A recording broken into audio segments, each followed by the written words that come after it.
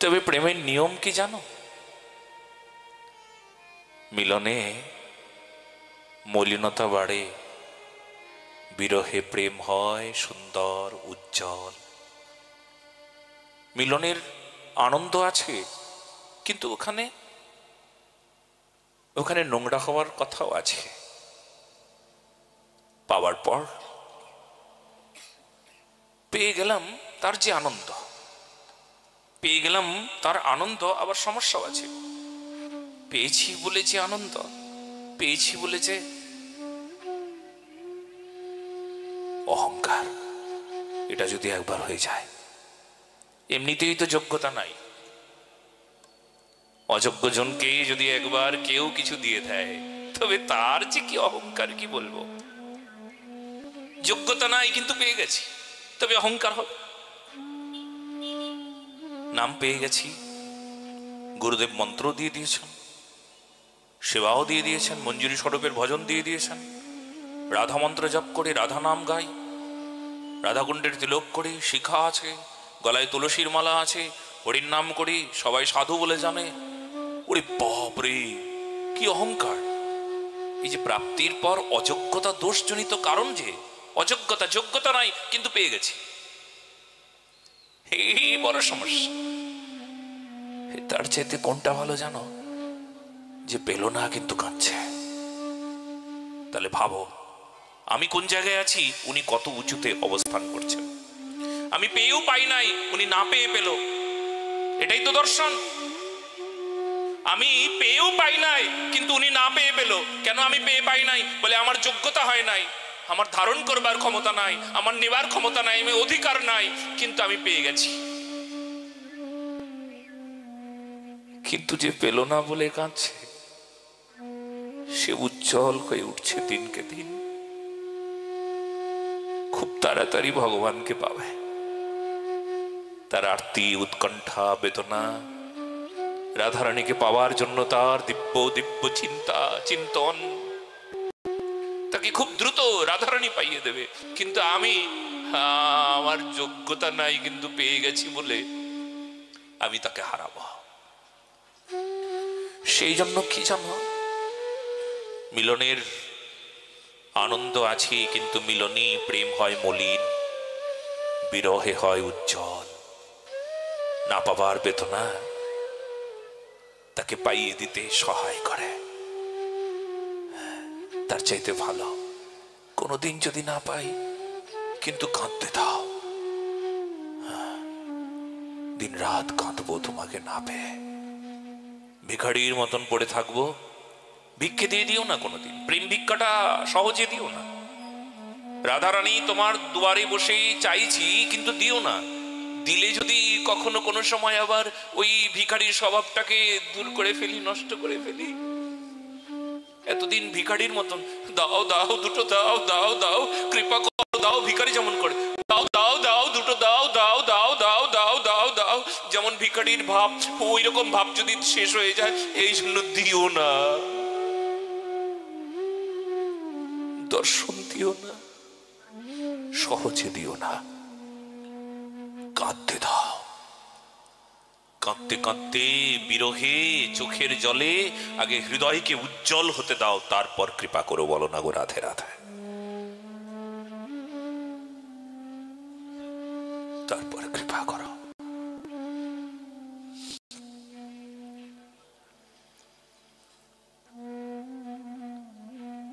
আমি একজন ব্যক্তিকে দেখেছিলাম বৃন্দাবনে, প্রায় 90 বছর বয়স। বলে বাবা, সারা জীবন ধরে গুরু খুঁজলাম কিন্তু মন লাগলো না। এখনো তুমি হরির নাম নাওনি? বলে না বাবা। আমার মনে হলো তার দিকে তাকিয়ে যে আমি যেন ওনার কাছে ওনার নখেরও যোগ্য না। ওনার নখে যে পবিত্র ধূলিকণা আছে, বৈষ্ণব তো, তারও যোগ্যতা আমার নাই। তার মানে এটা ভেবো না যে উনি মন্ত্র নেন নাই কিন্তু তাই বলে কিচ্ছু হলো না, এরকম না। আমাদের তো আকুল মন্ত্র নিয়েও তো কোনো কাজ হচ্ছে না। কত লাখ লাখ কোটি কোটি মানুষ মন্ত্রাশ্রিত হয়েছেন, কিন্তু মানেই জানে না। ভজন তো দূরের কথা, মানেই জানে না। এই জন্য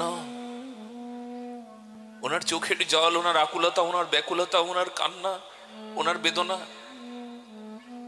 ওনার যখন 92-94 বছর বয়স, তখন উনি মন্ত্রাশ্রিত হলো। মাত্র 4 বছর মন্ত্র লাভ করে উনি কিন্তু রাধা পেয়েছেন শেষের বয়সে। যেই দিন উনি দেহ রক্ষা করলেন, সেই দিন সবাইকে ডেকে বললেন, আজকে না রাধারানী আমাকে বড় ডাকছে রে, তোদের কাছে আর থাকবো নি। হাওড়ার ওই সাইডের ব্যক্তি তো, তোদের কাছে আর থাকবো নি রে, হ্যাঁ আমার ডাক পড়েছে, তোরা আয়, তোরা একটু আমার কাছে এসে বস দেখিনি, আমার যাওয়ার সময়টা একটু ভালো করে তুলে রাখ তোরা। সবাই বলছে মনে হয় পাগলা হয়ে গেছে দাদু, কি বলছে, হ্যাঁ ক্যামেরা করব, ভিডিও করে রাখবো? আরে না রে, ওই ভিডিও তো সবাই করে, কিন্তু এই ভিডিও তো করা যায় না। যাওয়ার ভিডিও যদি একবার করতে পারতিস তবে তো জগৎ দেখতো রে। রাধারানী ডাকছে, আমাকে এক্ষুনি যেতে হবে, সময় নাই, চল তোরা বস, হরির নাম কর। নাম করতে করতে করতে করতে করতে করতে ও ওই যে ওরকম ভাবে বসেছেন না, ভজনের আসনে বসেছেন, বসে বাস চলে গেল। দিব্য শরীর দিব্য স্থানে পৌঁছে গেল।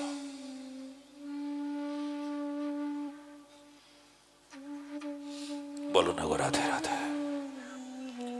মাত্র 48 মিনিট পরমায়ু পেয়ে রাজা খট্টাঙ্গ ভগবান পেয়েছে, তবে তুমিও পাবে, কোনো চিন্তা নেই। এরপর স্থূল আর সূক্ষ্ম রূপের ধারণা, ক্রমমুক্তি, সদ্য মুক্তির কথা বর্ণনা করছেন।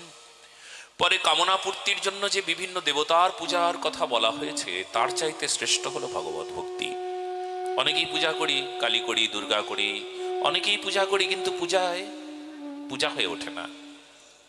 কামনা যেখানে থাকে সেখানে পূজা কি করে হয়? ইচ্ছা পূরণের জন্য আজকে পূজা হয়। তুমি যদি দেবতার মন্দিরে যাও, দেবীর মন্দিরগুলোতে যাও, তুমি দুর্গা পূজায় পুষ্পাঞ্জলি দিতে গেছো, কি বলো তুমি, কেন গেছো? এটা যেন পাই। আচ্ছা, যদি কোনো সাধুগুরু বৈষ্ণবের কাছে আসো, তবুও তো বলো এই যেন হয়, এই যেন হয়, এই জন্য হয়। বলে কি হয়? বলে ঘর সংসার, সন্ততি, সন্তান, ছেলে মেয়ে সবাই যেন সুখে থাকে। সুখ মানে বোঝো? আমার বাবাশ্রী তো বারবার বলেন, প্রাতঃস্মরণীয় বিনোদ বাবা বলে, সবাই বলে কৃপা করুন মহারাজ, কৃপা করুন। কৃপা মানে জানে রে? যদি কারোর মাথায় কৃপা হয়ে গেল, তবে সে যে সংসার তার শেষ হয়ে গেল, পুড়ে ছাই হয়ে যাবে, এর নাম কৃপা রে? বলো না গো রাধে রাধে। তাই আমরা কৃপা শব্দও জানি না, কাকে প্রেম বলে জানি না। প্রেম যদি একবার কারোর এসে যায়, তবে তো সব শেষ, বিষয় বাসনা পুড়ে ছাই হয়ে যাবে, কিচ্ছু থাকবে না। তো কামনা পূর্তির জন্য সবাই দেবতার পূজা করছে। কেন? কিসের জন্য দেবতার কাছে যাচ্ছ? কেন দুর্গা পূজা করো? এই চাই, ওই চাই, ওই চাই, ওই চাই। কখনো বলো কৃষ্ণ ভক্তি দাও, এই দাও, আর কিছু না। ওখানে বলো অন্য কিছু বলো। তোমরা কেন পূজার আয়োজন করেছো? বলে ছেলের চাকরি হয়েছে তাই মানত করেছিলাম। ওখানেও একটা কামনা, চাকরি না হলে পূজা হতো না। পূজার কারণ প্রাপ্তি, কিছু পেয়েছি তাই পূজা হচ্ছে, একে পূজা বলে না। যেখানে কামনা পূরণের জন্য কখনো কোনো সময় কোনো যজ্ঞ অনুষ্ঠান, ওকে ওকে ওকে ওকে আনন্দ বলে না। বলো না গো রাধে রাধে।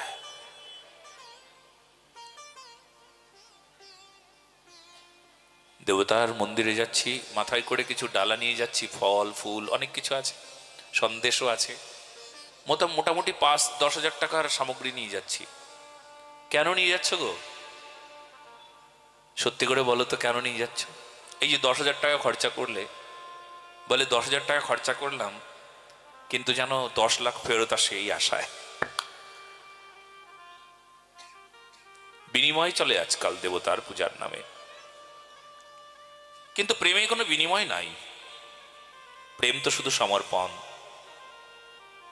একুলি অকুলি দুকুলি গোকুলি আপন বলিব কায়, শীতল বলিয়া শরণ লইনু ও দুটি কোমল পায়। না ঠেলিহ চলেই অবলা অখলেই, যা হয় উচিত তোর, ভাবিয়া দেখিনু প্রাণনাথ বিনে, গতি যে নাহি কোমর, গতি কেউ নাহি কোমর। দিয়ে তুলসী তিল এ দেহ সমর্পিনু, মাধব দয়া বিনু না ছাড়ব। তুলসী তিল তুলসী দিয়ে দেহখানা সমর্পণ করেছি, এক তিল নিজের জন্য রাখবো না। এই জন্য এর নাম প্রেম। প্রেমে কোনো প্রাপ্তির আশা থাকে না। কাম যদি হয় তাহলে প্রেম হবে না, প্রেম হলে কাম হবে না। কামনা পূর্তির জন্য দেবতার পূজা, এখানে প্রেম নাই। এখানে পূজা হচ্ছে, কিন্তু স্বভাব কেমন? আসরিক হচ্ছে, তামসিকী হচ্ছে, রাজসিকী হচ্ছে, কিন্তু সাত্ত্বিকী হচ্ছে না। তার চাইতে ভগবত ভক্তি শ্রেষ্ঠ কেন জানেন? প্রহ্লাদের মতন। প্রহ্লাদকে ভগবান বললেন বরান বিনিষ্বাহা, বর চেয়ে নাও। মামাং ভয়, তুমি লোভ দেখাচ্ছ, অয়ম কিম জীবামি, আমি কি বাঁচবো তুমি যদি লোভ দেখাও? আমি তো, তুমি আমায় কিছু দিতে চেয়েও না। তবে ভালো, যদি বারবার বলো কিছু নিতেই হবে, তবে আমাকে এমন দাও আমার যেন কখনো কোনো সময় তোমার চরণে এক বিন্দু কামনার অঙ্কুর না আসে, কোনোদিন যেন কিছু না চাই, এটাই বর দাও ঠাকুর, এটাই দাও। ভগবান বলছে এটা কোনো বিষয় হলো?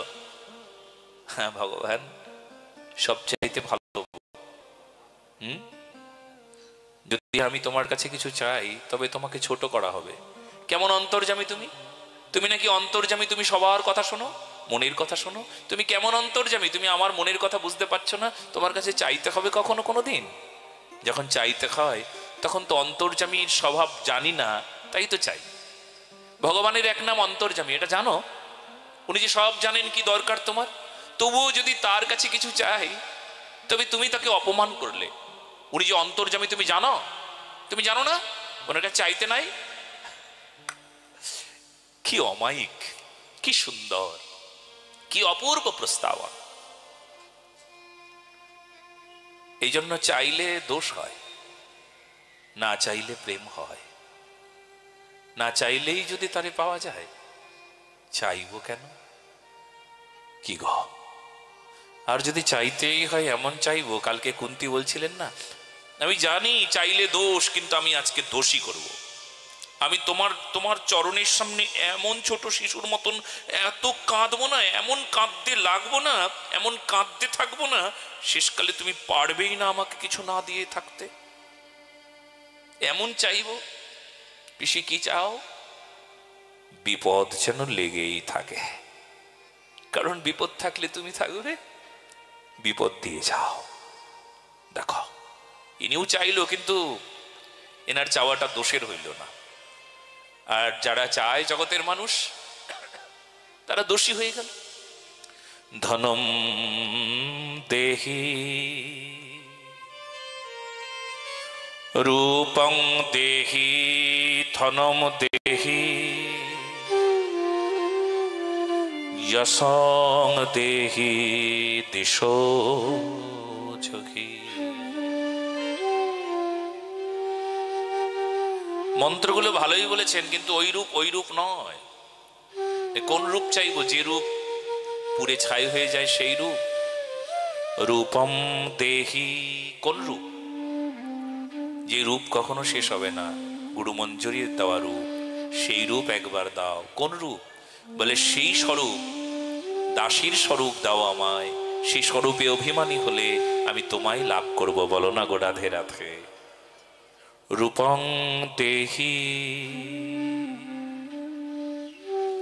জয়ং দেহি যশো দেহি দিশো জহি।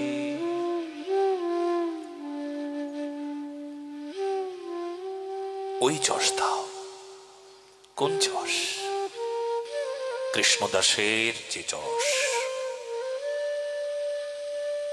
আমার দ্বারা দেশের, রাষ্ট্রের, সমাজের সেবা হবে। যশ হোক। কেউ যদি তোমায় বলে যশস্বী ভব, যশোবন্তম বিদ্যাবন্তম, এই সমস্ত মায়ের মন্ত্র, মায়ের চরণে সবাই বলে যশোবন্ত্যম বিদ্যাবন্তম লক্ষ্মীবন্তং চ মাং কুরু। যশোবন্তম বিদ্যাবন্তং লক্ষ্মীবন্তং চ মাং কুরু। যশোবন্তম মানে কোন যশ? আমার নামের যশ? বলে না না না, তোমার নামের যশ হোক। বলো না গো রাধে রাধে। খ্যাতি হোক তোমার, জয় হোক তোমার। যেমন রুদ্রগীত সংবাদে বললেন জিতম তয়াত্মবিদ্বর্যশস্তয়ে স্বস্তিরস্তমে। রুদ্রগীত সংবাদে চতুর্থ স্কন্ধে বললেন ভগবান রুদ্র, জিতং ত, জয় হোক তোমার, যশ হোক তোমার, তোমারই যশ হোক। আরে তোমার যদি জয় হয়, তোমার যদি যশ হয়, তাহলে কল্যাণ কার? বলে পিতার যশ হলে পুত্রের কল্যাণ। সে সম্পত্তি কে পাবে? যশের সম্পত্তি কে পাবে? বলে আলাদা করে চাইতে হবে না। বলো না গো রাধে রাধে। পরম পিতা যশস্বী হও, মঙ্গল হোক। যশোবন্তম বিদ্যাবন্তম, কোন বিদ্যা? এই সংসার জগতে যে বিদ্যা, যে বিদ্যায় আপনি বিদ্বান হলেন কিন্তু শেষকালে ডাকাত হয়ে গেলেন, চোর হয়ে গেলেন, ওই বিদ্যা না। না, যে বিদ্যায় অবিদ্যা দূর হয় সেই বিদ্যা। যে বিদ্যায় অবিদ্যা দূর হয়, জড় বিদ্যায় কখনো অবিদ্যা দূর হয় না। আপনি স্কুল কলেজ ইউনিভার্সিটিতে পড়েছেন, আপনি কি মনে করবেন যে এই বিদ্যা গ্রহণ করলে আমার পরাবিদ্যা, ভক্তিবিদ্যা, প্রেমবিদ্যা লাভ হবে? অসম্ভব, হতেই পারে না। কত শিক্ষিত মানুষ আছে তারা রসাতলে গিয়েছে, অনেক আছে এরকম, সবাই না, এক্সেপশন হয়, ব্যতিক্রমী আছে, কিন্তু অনেক শিক্ষিত, কিন্তু সেই শিক্ষায় পূর্ণ শিক্ষা নাই, ন্যায় নীতি নিষ্ঠা বৈরাগ্যের শিক্ষা নাই, উদারতা মহানতার শিক্ষা নাই। কিন্তু যে বিদ্যায় অবিদ্যা দূর হয়ে যায় সেই বিদ্যা আমি চাই। বিদ্যাবন্তম যশোবন্তম লক্ষ্মীবন্তং চ মাং কুরু। বলে কোন বিদ্যা? সেই বিদ্যা চাই, দাও দাও, ভক্তি বিদ্যা চাই। রায় রামানন্দ সঙ্গোৎসবে ভগবান চৈতন্য মহাপ্রভু রায়কে জিজ্ঞেস করলেন, রায় কোন বিদ্যা বিদ্যা মধ্যে সা? রায় কহে ভক্তি বিনা বিদ্যা নাহিয়া। রায় কহে ভক্তি বিনা বিদ্যা নাহিয়া। তাহলে এই ভক্তিবিদ্যা কোথায় আছে? এই ভগবত ভক্তিতে, এই ভাগবত ধর্মে এই ভক্তিবিদ্যা আছে। এই জন্য কামনা পূর্তির জন্য যারা দেবতার উপাসনা করে তার চাইতে শ্রেষ্ঠ ভগবত ভক্তি। তাই বলে দেবতার ভক্তি, দেবতার চরণী উপাসনা, এটা আমি অবজ্ঞা করতে পারবো না, বা শাস্ত্র অবজ্ঞা করেন নাই। বিশুদ্ধভাবে করো, বিধিপূর্বক করো। আর বিধিপূর্বক করলে কি হবে? বিধি মানে নিয়ম, নিয়ম পূর্বক যদি তুমি দেবতার উপাসনা করো, দেবতা প্রসন্ন হবে। আজকে এই বিধিপূর্বক হয় না। কালীরা হচ্ছে মদের ব্যবহার, দুর্গা পূজা হচ্ছে দশমীতে মদ্যপান করে ধেই ধেই করে নাচতে নাচতে দেবতা দেবীকে বিসর্জন দিতে চলে যাচ্ছে। হ্যাঁ, নিজেরও বিসর্জন হয়ে গেল। নিজের বিসর্জন আগে দিয়ে দিল। কখন? বলে তার নিয়ম নীতি নিষ্ঠা, তার সাধনা, এতদিনের যে সাধনা, আরে বাপরে কি সুন্দর প্যান্ডেল করেছিল, কি সুন্দর পূজা করলো, সব শেষ। নিজের সমস্ত কিছু বিসর্জন দিয়ে দিল। কে? যারা মদ্যপান করলো দশমীতে, শেষ করে দিল, সমাজটা শেষ করে দিল গো। হায় হায় হায় হায় হায়। এই শুনে রাখো, এই জন্য তোমরা দেবতার পূজা করো, কিন্তু বিধিপূর্বক করো, অবিধিপূর্বক না। করলে চলবে না। এই জন্য এইসব কথা আমার কথা না। তোমরা আবার কেউ রেগে গিয়ে বলবে, মহারাজজি আপনি এইসব কথা ভাগবতে কেন বলছেন? বলে ভাগবতে বলছে যে তাই বলছি। বলে ভাগবতে বলছে? বলে চৈতন্য ভাগবতে বলছেন, ধর্মকর্ম লোক সব এই মাত্র করে, মদ্য মাংস দিয়া কেহ যক্ষ পূজা করে। বোঝে না তো, তাই এরা করে। কিন্তু বোঝো, আজকের থেকে জানো, জানবার চেষ্টা করো। ওই কাল ভাগবত কথায় বলা হয়েছিল না, যে শাসন তো চাবুকের মতন হবে, কিন্তু সেই শাসনটাকে নেবার জন্য যদি মাথা নিচু করে কেউ, তবে তার জীবন ধন্য হয়ে যায়। ধর্ম কি? ধর্ম তো সেই শাসনের নিচে আমাদেরকে আসতে হবে, শাসনকে মাথা পেতে গ্রহণ করতে হবে। তাহলে মদ্য ব্যবহার করা চলবে না, গাঁজা, শিব পূজায় গাঁজার ব্যবহার চলবে না। ধর্ম করো, কিন্তু ধর্ম বিশুদ্ধভাবে, নিয়ম নীতিপূর্বক, বিশৃঙ্খলা নয়। দেবতার পূজা হয়ে গেল, অনেক দেবতার পূজা অনেক মানুষরা করে, কিন্তু মূর্তিগুলোকে যেখানে সেখানে ফেলে ফেলে দেয়। দেয় না বলো? হ্যাঁ, বিসর্জন দেয় না। লোকে বলে মূর্তিগুলো বিসর্জন দিতে নাই। কি হয় বলো তো? বিসর্জন না দেওয়ার জন্য সেই মূর্তিগুলো, সনাতন ধর্মের যে দেবতা বা দেবী যারই পূজা করো, কার্তিক, গণেশ, শিব, দুর্গা, সরস্বতী, লক্ষ্মী, যত পূজা করছো তোমরা, বিশ্বকর্মা মূর্তিগুলো রাস্তায় এক কোনায় নোংরা জায়গায় ফেলে ফেলে রেখে দিয়েছ। জল পড়ছে, কাপড়গুলো খুলে যাচ্ছে, কুকুর গিয়ে। এই তোমাদের পূজা, এই তোমাদের ভালোবাসা? প্রেমিক তো এরকম হবে না। ভালো করে জানতে হবে, জেনে নাও। আমায় যদি প্রশ্ন করেন, মহারাজজি এগুলো কি বিসর্জন দেওয়া যায়, তবে এক কথায় হ্যাঁ, দেওয়া যায়। একটা হলো নিত্য সেবা, একটা হলো নৈমিত্তিক সেবা। নিত্য সেবা কাকে বলে? নিত্য সেবা মানে যে মূর্তির নিত্য সেবা হয়, কখনো কোনো সময় তার বিসর্জন হয় না। নৈমিত্তিক মানে, নৈমিত্তিক পূজা মানে বছরে একবার করে করলেন।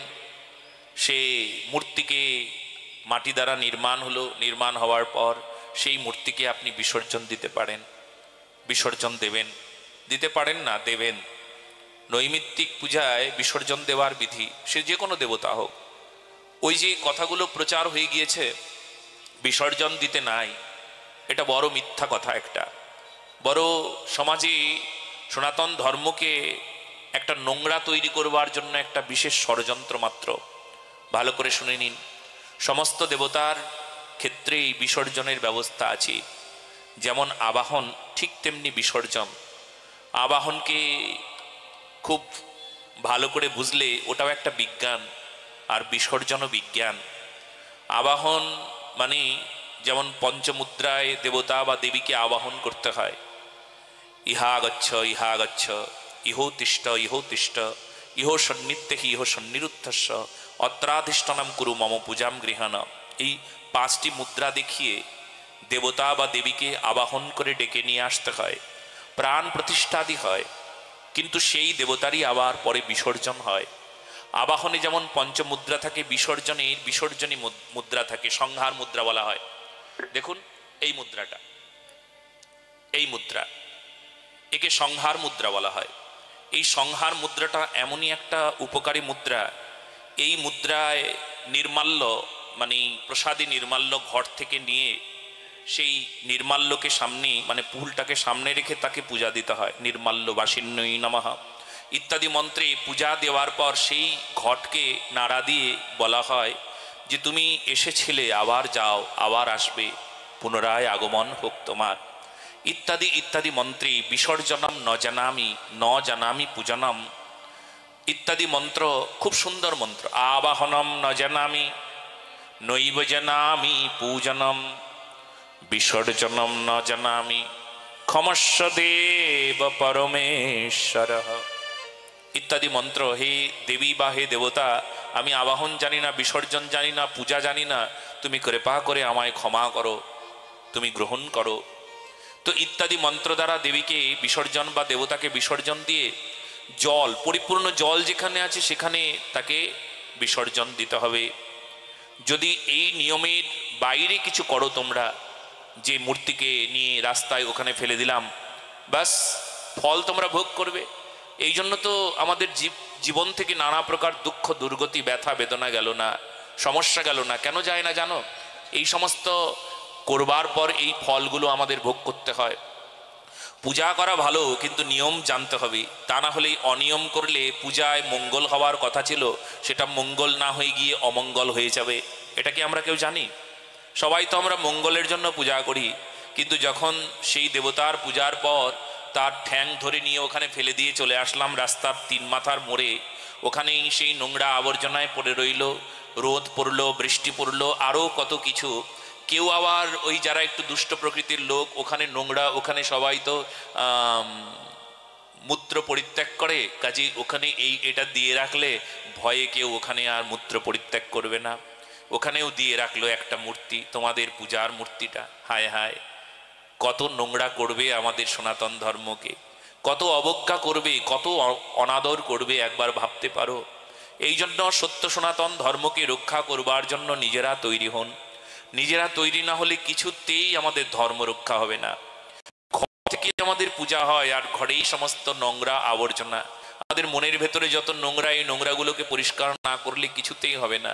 এই কথাগুলো দরকার ছিল না আজকে? হ্যাঁ বা না বলুন তো মা, জোরে বলুন। দরকার ছিল কথাগুলো না? পূজা করে এইভাবে দেবতাগুলোকে, দেবীগুলোকে, মূর্তিগুলোকে অমন রাস্তায় ফেলে দেয়, ওখানে ফেলে দেয়, ওখানে ফেলে দেয়, করে কি না? এইসব কি ভালোর মধ্যে পড়ে না খারাপ? বুঝলে তো? তার মানে ওটি বিসর্জন দেওয়ার বিধি আছে। যদি বলে লক্ষ্মী ঠাকুর বিসর্জন দিতে নাই, তুমি বলো তো দুর্গাপূজার সময় লক্ষ্মী থাকে না? বিসর্জন দাও না দাও না? গণেশ থাকে না? বিসর্জন দাও না দাও না? কার্তিক থাকে না? বিসর্জন দাও না দাও না? হ্যাঁ, বিসর্জন দাও। সব ঠাকুরের বিসর্জন হয়। আচ্ছা, সরস্বতী থাকে না? বিসর্জন দাও না দাও না? নাকি সরস্বতীকে এই বিসর্জন দেওয়া যাবে না, দুর্গার বিসর্জন হবে কিন্তু সরস্বতীর বিসর্জন এটা হয়? সরস্বতীকে বিসর্জন দাও না সেই দিন? নাকি ওটা অন্য কোনো সরস্বতী? দুর্গার সঙ্গে আসলো বলে আলাদা? হ্যাঁ, আসলে মানুষ বোঝে না, না বুঝেই সমস্ত ভুল ভ্রান্তিগুলো আমাদের ধর্মের মধ্যে প্রবেশ করিয়েছে। এই জন্য ঠিক দেবতার পূজা বিশুদ্ধভাবে না হওয়ার জন্য অপরাধ করছে মানুষ, দিনের পর দিন অপরাধ করছে। বলো না গো রাধে রাধে। এরপর সৃষ্টি প্রসঙ্গ ক্রম বর্ণনা করলেন, আর সৃষ্টির কথা বলে শ্রীমদ্ ভাগবত মহাপুরাণে বললেন যে জগতের সেই স্রষ্টা যিনি নির্বিকার, তিনি আবার সর্বভূতাত্মা, তিনি আবার সৃষ্টি করছেন, তিনি ইচ্ছা অনুসারে আবার রচনা করছেন। রচনা করবার পর রচয়িতা আবার রচনার মধ্যে এসে উপস্থিত হচ্ছেন। আহা, এইরকম সনাতন ধর্মীর কথা কেউ যদি না বোঝে এই দর্শন, তবে সারা জীবন কেবলমাত্র অবহেলাই করে যাবে। তস্বাপি দ্রষ্টুরিস্ব কুটস্থ সাখিলাত্মনঃ সৃজ্যম সৃজামি সৃষ্টয় যমিক্ষ্বৈ বাভিচোদিতঃ। সেই সৃষ্টিকর্তা হয়েও, স্রষ্টা হয়েও সৃষ্টির মধ্যে অবস্থান করছে। ক্ষিতিতে, অপে, তেজে, মরুদ, ভূমি, সর্বত্র সর্বত্র ভগবান, কোথায় নেই? অনিলে অনলে সর্বত্র আমার ভগবান অবস্থান করছেন। এমনকি সর্বজীবী শিব রূপে অবস্থান করছেন আমার ভগবান, বিরাট স্বরূপ বর্ণনা করছেন। অনন্ত কোটি বিশ্ব ব্রহ্মাণ্ডের মালিক সেই বিরাট শরীর হয়েছেন। আদ্যায় অবতারঃ পুরুষঃ পরস্ব কালঃ স্বভাব সদসন্মানশ্চ দ্রব্যম বিকার গুণ ইন্দ্রিয়াণি বিরাট স্বরাট স্থাস্নু চরিষ্ণু ভুম্না। সেই পরম পুরুষ, তার যে অবতার বিরাট পুরুষ, তিনি সেই স্বভাব, কার্য, কারণ, মন, পঞ্চভূত, অহংকার সব কিছু দিয়ে সেই বিরাট শরীর, স্থাবর জঙ্গম জীব সব কিছুতেই অনন্ত অনন্ত রূপী ভগবানের রূপ। লোকে বলে না ভগবানের আবার রূপ কোথায়? তার আবার রূপ থাকে নাকি? ভগবান তো বিরাট, তো বিরাটের আবার কখনো রূপ থাকে? সহস্র শীর্ষা, বলে সহস্র শীর্ষা যার, তার আবার রূপটা কি করে নেবে তুমি? ওই বিরাট রূপকে কি করে তুমি বলবে গো অমন বড় রূপ? বলে সেই বিরাট রূপ হওয়া সত্ত্বেও অমন বিরাট হওয়া সত্ত্বেও তিনি ভক্তাধীন হয়ে ভগবানের কাছে এইটুকু হয়ে আসেন। গোপাল কতটুকু হয়ে এসেছেন বলো তো? এইটুকু, আমার গোপাল, আমার ছেলে। তাকে কি তুমি ছেলে ছাড়া অন্য কোনো কিছু ভাবো নাকি? তোমার ছেলে ভাবো তাকে, অন্য কোনো কিছু তুমি ভাবতে পারো না। তোমার বন্ধু সখ্য প্রেম, তোমার বন্ধু বাৎসল্য প্রেম, তোমার ছেলে কান্তা প্রেম, মধুর প্রেম, তোমার স্বামী কৃষ্ণ, তোমার স্বামী, এই তো ভাব। আহা, দাস্য প্রেম, আমি তার দাস, সে আমার প্রভু। তাহলে এই বিরাট তত্ত্ব কি করলেন তিনি? ভক্তানুগ্রহ বিগ্রহ, ভক্তকে অনুগ্রহ করবার জন্য ভগবান কি করলেন? সেই বিরাট তত্ত্ব হওয়া সত্ত্বেও সাধকের কাছে খুব সাধনা দেখে তার কাছে ওই রূপ তিনি প্রদর্শন করেন। যে রূপ তুমি ভালোবাসো সেই রূপেই তোমাকে সে দর্শন দেয়। রাম ভালো লাগলে রাম রূপে আসেন, শ্যাম ভালো লাগলে শ্যাম রূপে আসেন। স্বামীর আরাধনা করছো তো শ্যাম রূপে এসে যাবে, রামের আরাধনা করছো তো রাম রূপে তারে দেখবে। রাধারানীকে ভালোবাসো, রাধা তোমার ইষ্ট। কৃষ্ণ রূপ দেখছো, কৃষ্ণ আর কৃষ্ণ দেখতে পাবে না, একদম তৎক্ষণাৎ কৃষ্ণ হয়ে উঠবেন রাধা।